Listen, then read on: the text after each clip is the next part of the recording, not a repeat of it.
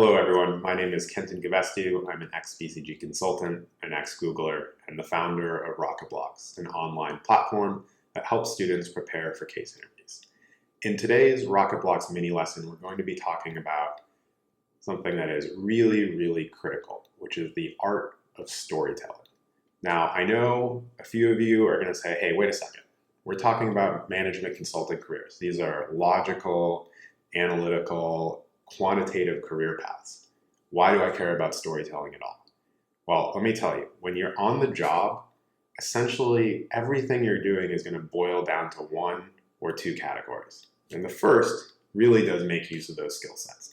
Analytical skill sets, quantitative skill sets, logical thinking. You're going to need all of that to really dig into a client's numbers, understand the problem, do the analysis, crunch through the numbers, and get to a recommendation. But once you get to that recommendation, a whole second part of the job really comes into focus. And that's your ability to sell that recommendation, not only to your team and your manager and your partner, but ultimately to the client, because you want them to act on your recommendation if it's truly the right thing to do. And that is really where your ability to communicate effectively and tell a story matters a lot.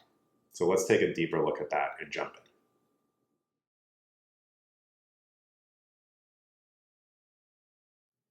Okay, the first thing I want to do is dispel a myth about storytelling. And that myth is that storytelling is some sort of black art.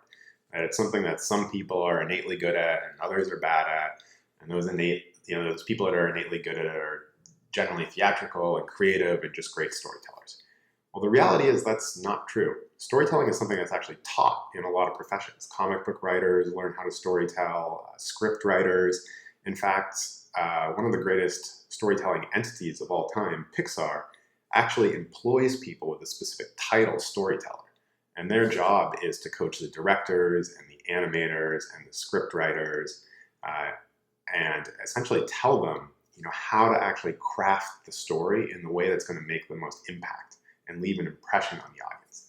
And that's what we want to talk about today, because there actually is a way that you can structure your stories in a framework and a mental model that you can use to tell stories during your fit interview and to communicate anecdotes that are really going to leave a good impression on your interviewer. They're going to make an impact and communicate why you would be a great asset to their firm. So let's jump in and actually take a look at what that framework looks like.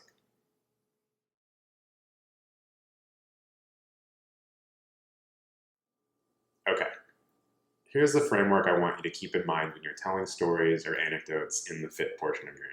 It's really simple. There's basically 4 steps. So the first is explain the situation and the context. That's step number 1. Step number 2, explain your actions within that context. Step number 3, talk about the results that your actions achieved. And step number 4, what lessons did you learn from that experience? That's really it. It's a very simple way to think about crafting a story that is going to deliver all the key pieces to the interviewer so it makes sense and hits with impact. Now let's talk about each one in a little more detail.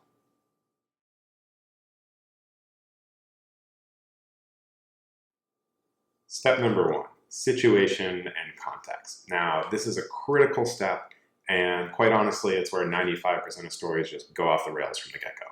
And the reason for that is they forget to address it entirely. Now, what happens if you forget to paint the situation and the context? Well, basically, once you talk about the result you achieved or the actions you took, the person on the other side of the table doesn't even understand why it was important. So you want to take the time to make sure you paint the situation up front. You've got to give the context so that the person on the other side of the table knows what's at stake. They know the gravity of the situation. Then once you get to the actions and the results, they're really going to have a different level of appreciation for what you did.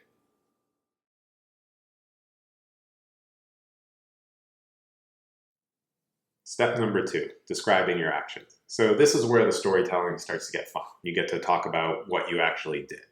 And the key thing in this part of the story is really to do a good job separating the wheat from the chaff when you're talking about the story and the specifics.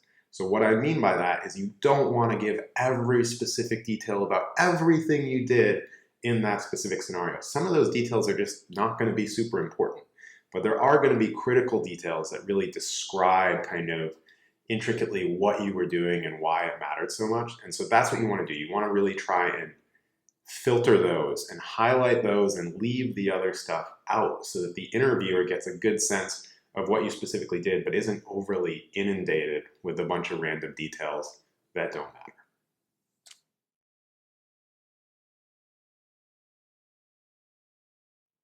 Step number 3, explaining the results. Now this is another fun part. You get to boast about what you achieved and the great accomplishments.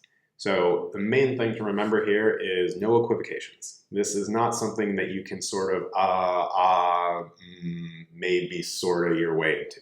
You really want to make a clear, concise, confident statement about the results you achieved. Think about it sort of like a stand-up comedian's punchline. You can't half deliver it. You really need to put it out there and let those results sink in for the person on the other side of the table.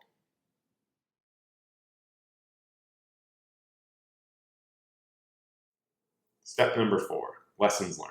Now this is really just the cherry on top of a great story told. You've already delivered the punchline, your great results that you achieved, and now you just want to give a glimpse of the internal feedback loop that you have that shows that not only can you take action and deliver good results, but that you're learning from it along the way and getting better all the time. So that next time you face a scenario or challenge, you're going to be even better than you were last time.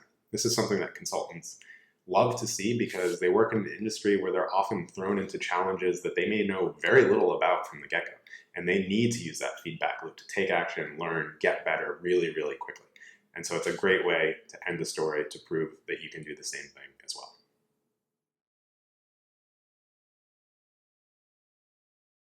Okay, so when you're preparing for the fit portion of your interviews, please keep this storytelling framework in mind.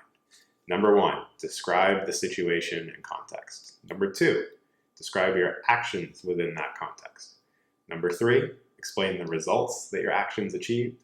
And number 4, and finally, share the lessons that you learned. In part 2 of this series, we're going to take a single story from my professional background and run it through 2 versions, one using that framework and one not using that framework. And then we'll analyze the differences and look at how that framework can really help you maximize the impact of your stories and really communicate the value and assets that you would bring to the firm. So thank you so much for watching. Please subscribe to our YouTube channel below to get part 2 of the series, and we'll see you again soon.